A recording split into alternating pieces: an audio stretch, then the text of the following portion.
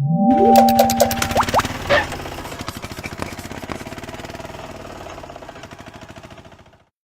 ายง่าวคนคงศิลปะฟ้อนลายง่าวปูอ่าง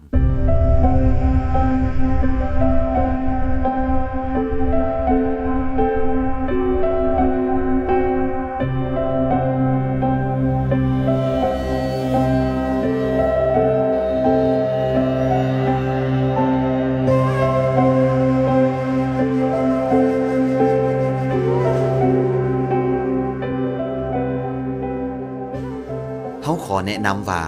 ภาพในวิดีโอสารคดีต่อไปนี้เป็นของจริงถ่ายทำจากสถานที่จริงใส่นักแสดงจริงบ่มีการใส่โปรแกรมทางคอมพิวเตอร์ตัดแต่งภาพแต่ประการใดและขอแนะนำตื่มว่าท่านผู้ชมที่ใจบ่กล้าพอจงปิดตาเสีย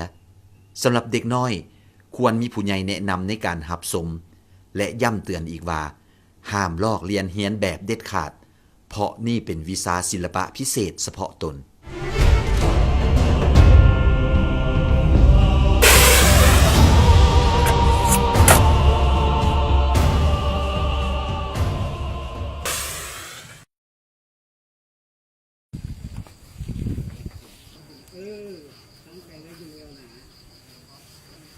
ก่อนการแสดงทุกครั้งนักแสดงจะนุ่งเครื่องด้วยสีแดงซึ่งเสื้อมียันเขียนไว้ทั้งด้านหน้าและหลังของเสื้อมัดหัวมัดแขนด้วยผ้าอาจารย์แกะน้อยซึ่งเป็นศิษย์หุ่นล่าสุดของปู่อ่างจะทำพิธีไหว้ครูง่ายๆด้วยขันห้าดอกไม้ขาวอยู่ต่อหน้าบรรดาลูกศิษย์การไหว้ครูใช้เวลาเพียงเล็กน้อยจากนั้นอาจารย์ก็จะจมคาถาอาคมและประสิทธิ์ประสาทวิชาอาคมใส่ห่างกายของศิษย์ด้วยการพ่นน้ำมนต์และมอบว่านวิเศษเพียงเปียงน้อยๆให้ย่ำกืนกินแล้วใส่น้ำมนต์นั่นลูบไล่ตามตนโตของศิษย์บว่ายิ่งหรือซ้ายเมื่อผ่านพิธีกรรมของอาจารย์แล้วก็จะกลายเป็นคนแค้วคมมีดคมหอกดาบแม่นบ่สามารถเฮ็ดหยังให้กับห่างกายเนื้อตัวของเขาเจ้าได้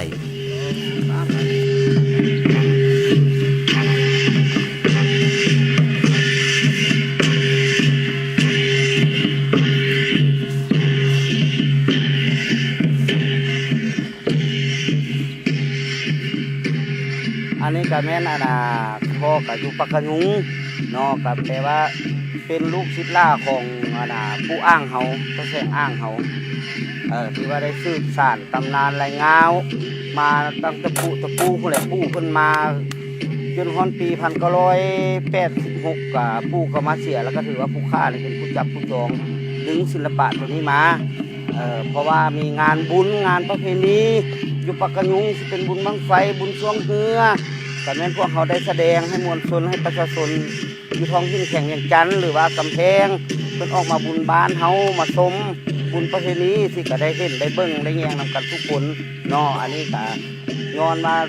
ได้ห้ำได้เฮียนนำปู่เพิ่นมาละศิลปะตัวนี้มันเป็นศิลปะท้องถิ่นของพวกเฮาแล้วก็พวกเฮาก็ได้นำเอามาแสดงเผยแพร่ให้พ่อแม่พี่น้องนี่ได้เบิ่งเนาะ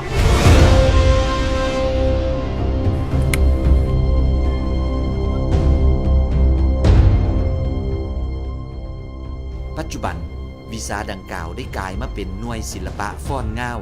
ที่สร้างความหวาดเสียวตื่นเต้นสนิทผู้ชมได้กั้นหายใจอันนี้ก็ผู้ค้าก็ได้เฮียนมาเนาะจะเฮียนแบบว่าโบยานใจเฮามันมักมูลเสือของลาวเฮาและเฮาต้องการที่ว่าจะเฮียนฮู้แบบว่าใจเฮามันมักแล้วเฮาต้องเฮียนให้มันได้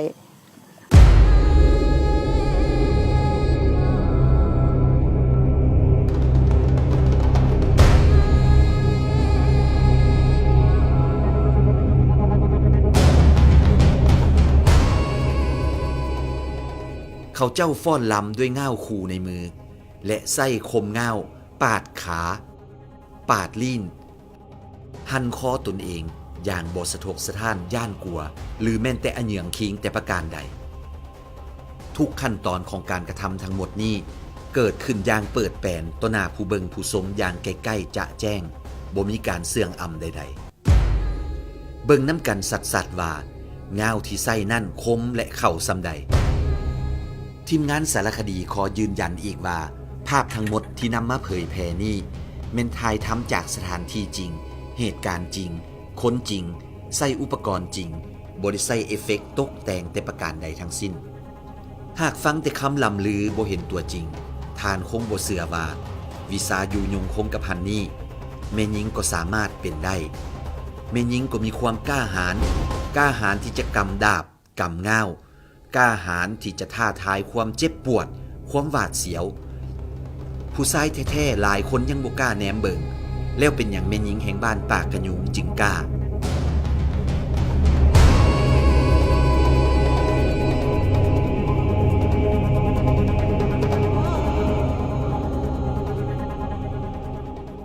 ท่านอาจารย์แสงทองศรีสุธรรมหรืออาจารย์แกะน้อย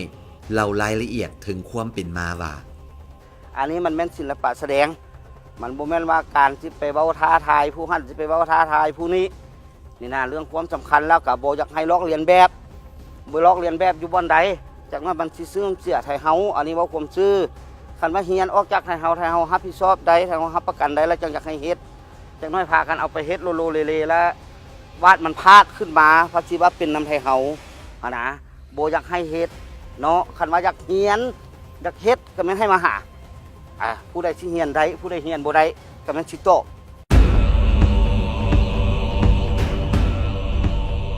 อันนี้เขาเอามาแสดงทับไซมวลชนแต่ว่าทางพรรคทางรัฐเขาเพิ่นมีเวียกมีงานกับมาเอาไปแสดงให้เขาก็ได้ไปแสดงให้เพิ่นเบิ่งไปทับไซหลายๆและอยู่ในเวียงก็แม่นพวกเขาได้ไปทับแขกหลายๆให้ทั่วโลกรู้จักกับมวยลายลาวของแม่หญิงมันเป็นแนวใดมีให้เพิ่นภูมิใจว่าโอ้คนลาวเขาก็เฮ็ดได้เนาะหญิงลาวเขาก็มีความสามารถแสดงมีได้คือกันนะอันนี้ก็คันสิเว้าแล้วก็ความภูมิใจของผู้ค้านี่ก็มันภูมิใจหลายภูมิใจย้อนเฮ็ดผลหยังภูมิใจย้อนว่าคนชาวโลกหรือว่าพ่อแม่ประชาชนที่อยู่บ้านไกลก็ตามบ้านไกลก็ยากนะรู้จักผู้ค้านี่ก็แม่นรู้จักย้อนศิลปะตัวนี้เนาะผู้ใดไปทางใดเพิ่นก็แต่ว่าอาจารย์แก่น้อยแล้วก็ไม่มีผู้เดียวนี่แหละเนาะแล้วก็ดีมุกดีใจที่ว่าอาจารย์นี่เพิ่นมาสร้างพระพุทธตัวนี้ให้มาสอนวิชาตัวนี้ให้และให้เขาจังสืบกันมามันก็จังได้กว้างได้ไกลส่ำนี้คันถ้าว่าเฮาบ่มีตัวนี้เฮาก็คือว่าเป็นประชาชนธรรมดาอันนี้ก็ย้อนเกียรติย้อนศักดิ์ศรีที่ว่าเพิ่นสร้างมาให้เฮาทางภาครัฐเพิ่นก็เชื่อถือแล้วเพิ่นก็เชื่อหมกเชื่อใจเฮาแล้วเพิ่นก็ดีใจนำอะไรว่าเช่นเขาไปหาเพิ่นบอกเพิ่นนั่นงานใดเพิ่นก็คะแนนจะมียังมีงานเพิ่นก็เขาเฮียงห้องเขาตลอดผู้ที่ว่าบ่เคยผู้ที่ว่าบ่กล้าก็ถือว่ายากคือข้าพเจ้านี่อยากเรียนเจอมักแล้วเฮาก็เรียนได้ล่ะเจอเฮาก็กล้าไปแสดงออกกล้าแสดงทั่วโลกอันนี้เฮาเรียนมาด้วยความสมัครใจด้วยความมั่นใจด้วยความชินธรรมของเฮาว่าเฮาเอามานี่เฮามาแสดงให้พ่อให้แม่เบิ่งเอามาแสดงให้พี่ให้น้องเบิ่งบ่แม่นว่าเฮาสิเรียนได้มาแล้วสิไปข่มขู่ผู้หันผู้นี้บ่แม่น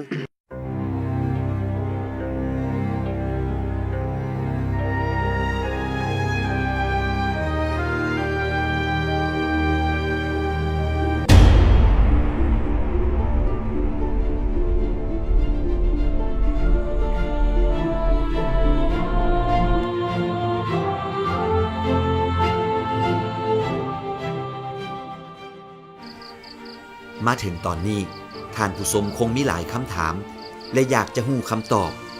ขณะพวกเขาก็อยากจะฮู้เหมือนกันว่าวิชาอยู่ยงคงกระพันนี้มันแม่นวิชาหยังคนแนวใดจึงสามารถทำเฮียนฝึกฝนแนวใดไผจึงสามารถฝึกฝนได้มีวิธีปฏิบัติและมีเคล็ดลับพิเศษอันใดหรือว่าพิธีมื้อนี้เนาะก่อนว่าเฮาสิศิษย์หรือว่าเฮาสิมอบวิชาผู้ที่ว่ามาเป็นลูกน้องก่อนเฮาสิหัดได้แล้วแม่นว่าพ่อนี่ก็ต้องได้ขึ้นขันดอกไม้ได้นั่ง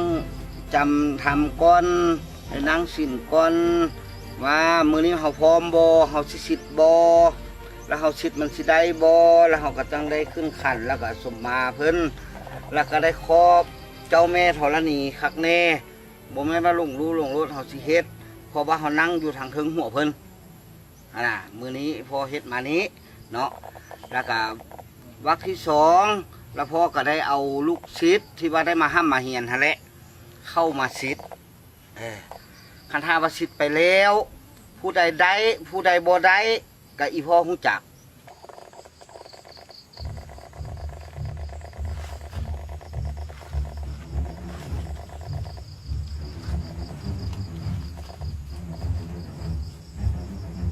เอาไม้ลงความแล้วนี่ตั้งกุกไม้สิตัวพ่อกับตัวบ่ได้สิเล่าทึกหรือว่าเล่าผิดผู้เล่าได้ผู้เล่าบ่ได้ก็สิว่าได้นำกันกับพ่อก็บ่เอาพ่อหักฮู้จักเองพ่อนั่งถักแล้วพ่อหักฮู้จักจิตของคนแล้วจังมาซิดหลังจากเฮาซิดแล้วแล้วจังมาให้ลูกน้องผู้ที่ว่าสิมาเป็นลูกศิษย์เฮามาเป็นลูกน้องเฮาแสดงความสามารถให้พ่อเบิ่งว่าผู้ใดใจกล้าผู้ใดใจถึงผู้ใดสิเฮ็ดไปนำพ่อได้พ่อก็จังมอบอาวุธให้อาวุธเฮาก็คือมันเป็นศิลปะหั่นล่ะคืองาวกาปาดกาแทงกาถูตนตัวเองบ่ให้เอ็ดให้ผู้อื่นให้เอ็ดให้โตเก่งโตรักษาได้โตคลำได้โตจังพานจังได้มาเป็นลูกศิษย์อีพ่อคือพวกลูกเห็นนี่แหละเนาะ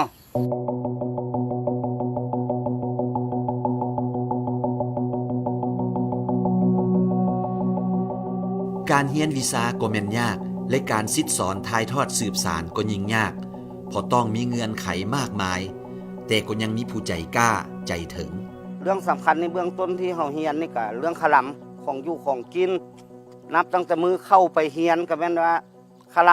ำมังสั่ง10อย่างบ่ได้กินบ่ได้เตะบ่ได้ตองฮอดประเภทของมัน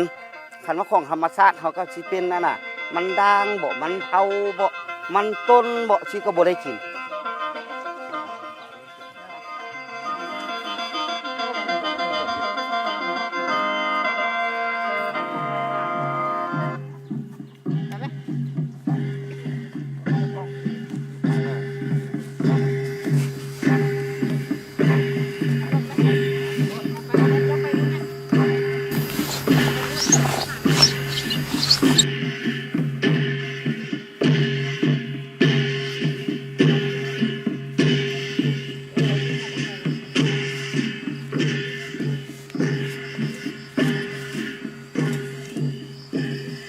เป็นหนังเฮาจังเลือกเอาชุดสีแดงเป็นหนังเฮาจังนุ่งเครื่องแดงเฮาจังแสดงได้อันนี้มันหมายถึงที่ว่าอยากให้ท่านผู้ชมหั่นล่ะมันก็อยากเกี่ยวไปข้อเมื่อกี้คือกันอยากให้ท่านผู้ชมท่านเข้าใจเข้าใจอยู่บ่อนใดอันนี้มันเป็นชุดสีแดงของพวกไทยเฮาแสดงนี่คันถ้ามันเป็นการผิดพลาดก็ถือว่าถึงแก้ชีวิตเนาะเงานี่มันเงาเข้าหรือบ่เข้าก็อยากให้มาเบิ่งนำกันเพื่อเป็นการพิสูจน์มันแม่นของเทบ่ของปลอมจังหมายถึงชุดสีแดงไทยเฮาจังได้มานุ่งแสดงนี่เพราะว่าอาจารย์เพิ่นสั่งให้แนวนั้นที่จริงแล้วชุดสีแดงของไทยเฮานี่ก็เป็นอันคันที่ว่าเราเป็นความหมายที่ว่าเตือนให้ประชาชนเข้าใจเตือนให้ผู้ชมเข้าใจว่าชุดสีแดงนี่หมายถึงมันก็หมายถึงเลือดว่าสั้นเข้าไปนะแต่ว่าผู้ติดตามชมผู้ที่บอกเข้าใจก็มีท่านผู้ใดเข้าใจก็ข้อมูลเข้าใจนำผู้บอกเข้าใจก็อยากให้สอบถามกันเบิ้งเนาะแล้วเป็นชั้นชุดสีแดงนี่นะ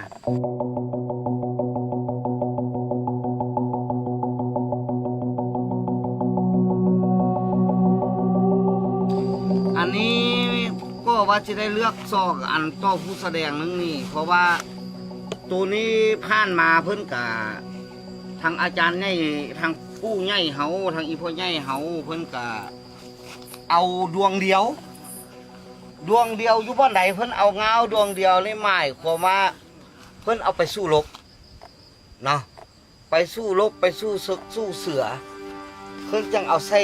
ฝักของเพิ่นแล้วเพิ่นขี่ม้า แล้วเพิ่นจังใส่ดวงเดียวนะแล้วตะค่านั้นมาแล้วมดสึกมดเสือเพิ่นจังมาจับส่องดวงย้อนว่าเอามาเป็นเหตุผลที่ว่าเฮาส่องมือเฮาบ่มีสึกมีเสือเพิ่นจังเอามาปั๊บมาเป็นการศิลปะฟ้อนลายเงาเด้อันนี้เพิ่นจังมาเอิ้นว่าศิลปะฟ้อนลายเงาบัดนี้จังได้ใช้สองมือลูกจังได้ใช้สองอันถ้าเฮาใช้อันเดียวมันก็สิเป็นตะเบิ่งลูกนี่มันก็เว้าเรื่องความงามของศิลปะผ่านมาแนวนั้นจังเฮาจังเอามาใช้แนวนี้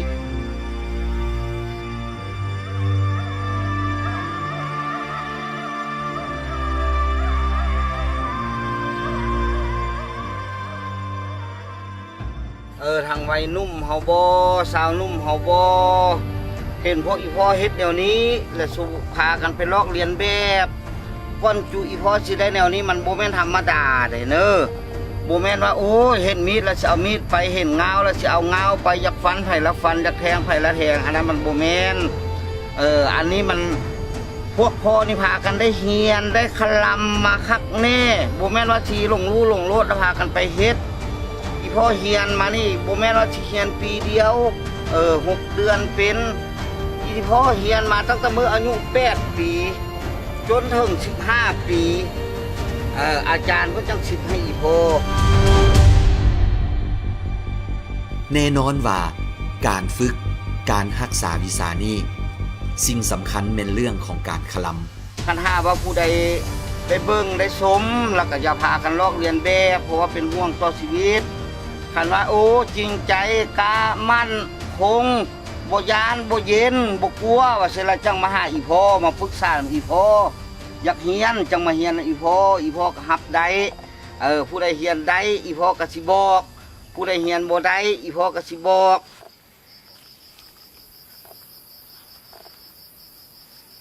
ครับ3 เทื่อ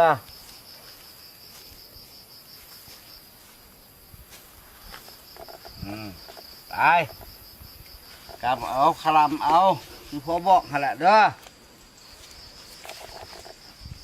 แต่ศิลปะลายเงาการฟ้อนดาบทั้งได้สร้างบทบาทชื่อเสียงและเกียรติยศแก่ผู้คนและชุมชนแสดงให้เห็นถึงมูลเสื้อความองอาจกล้าหาญความเสื่อในความลี้ลับพิเศษพิสดารของภูมิปัญญา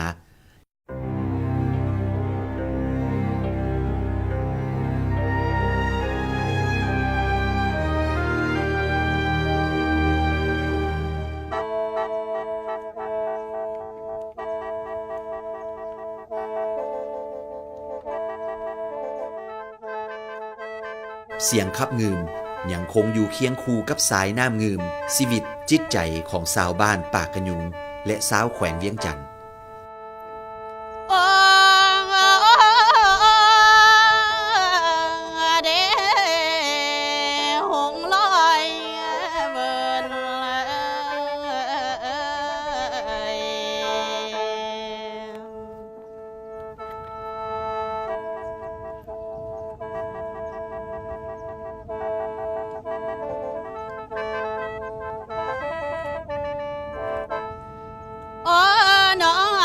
นี่คือสาวเสื้อเขือแล้วสาวลองงืมเด้ออายเด้อน้ำงืมที่เอื้อยไหลใสงามและอุดมสมบูรณ์ด้วยป่านาน้ำสองฝากฝั่งแคมทาที่เขียวงามด้วยพืชพันธุ์นานาจิตใจหักไข่เสน่หาต่อบ้านเกิดเมืองนอนต่อคนหักต่อครอบครัวและธรรมชาติได้ดลบันดาลให้เกิดมีเสียงคับเสียงลำอันอ่อนส้อยอ่อนซอนยามแรงลงทาหาอยู่หากินตึกแห่หาปลาสาวๆอาบน้ำแคมงืมลองลอยในทาลาวังเวินคงเฮ็ดให้ไอ้บ่าวโอยขับล้ำขึ้นอย่างบ่ยากเพื่อเกี่ยวพาราสีสาวคนดีก็ตอบด้วยพญาเกี่ยวผูกไม้ตีและในคืนเดือนหงายไอ้บ่าวก็คงเป่าแขนกอมสาวให้เคิบลับไหล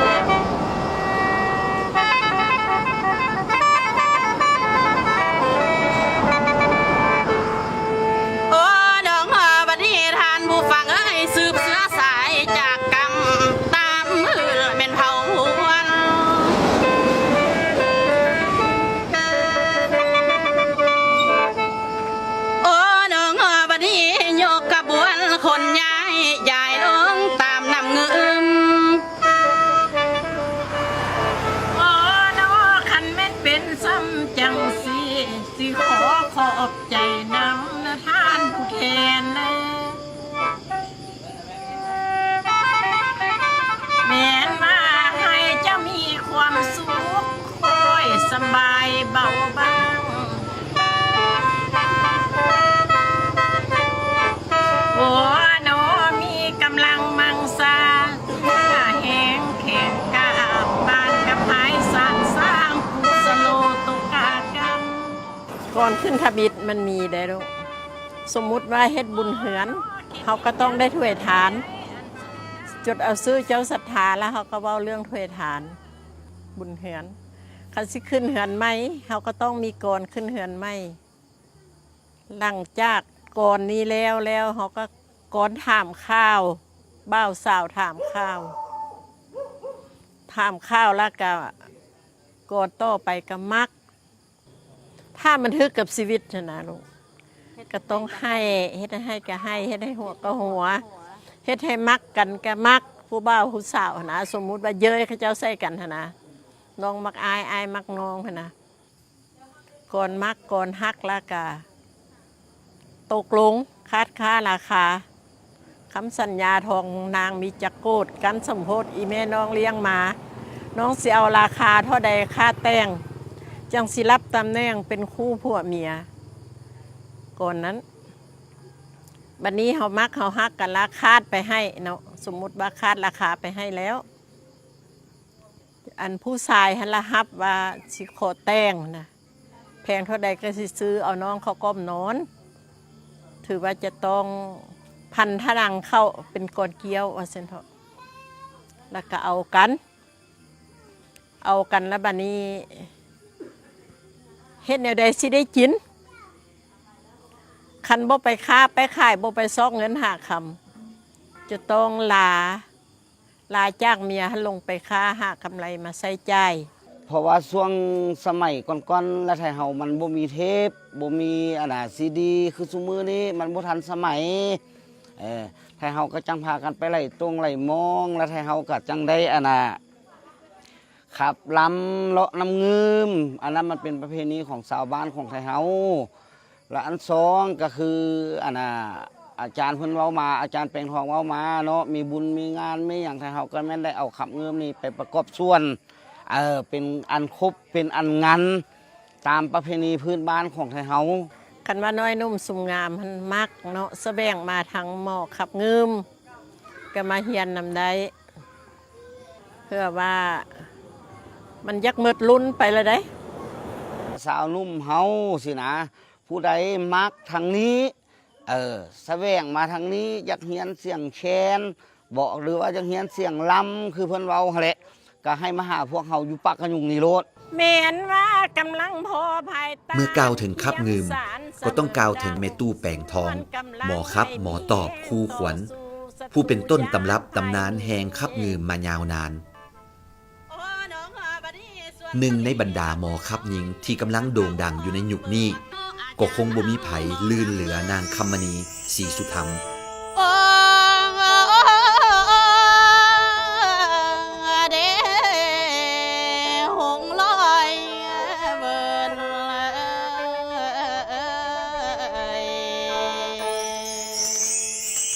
ดังนั้นจึงเว้าได้ว่านี่แม่นเงาตระกูลแม่นสายเลือดแห่งศิลปะแท้ๆ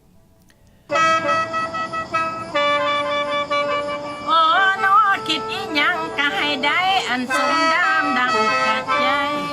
บุญเดิน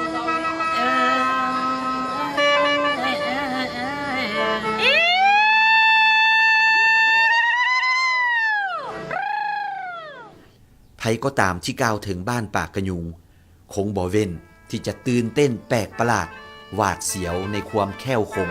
ขณะเดียวกันก็อ่อนซ้อนในเสียงคับเงินของคนปากกะยุงขอขอบใจพิเศษต่ออาจารย์แกะน้อยหมอคับคำมณีศรีสุธรรมคณะศิลปะฟ้อนลายง่าวและคณะคับเงินพร้อมทางสาวบ้านปากกะยุงที่เฮ็ดให้ทีมงานพวกเฮาและทานผู้ชมได้หับทั้งความตื่นเต้นหวาดเสียวและมวลซืนอ่อนซ้อนและความประทับใจในน้ำใจไม่ตี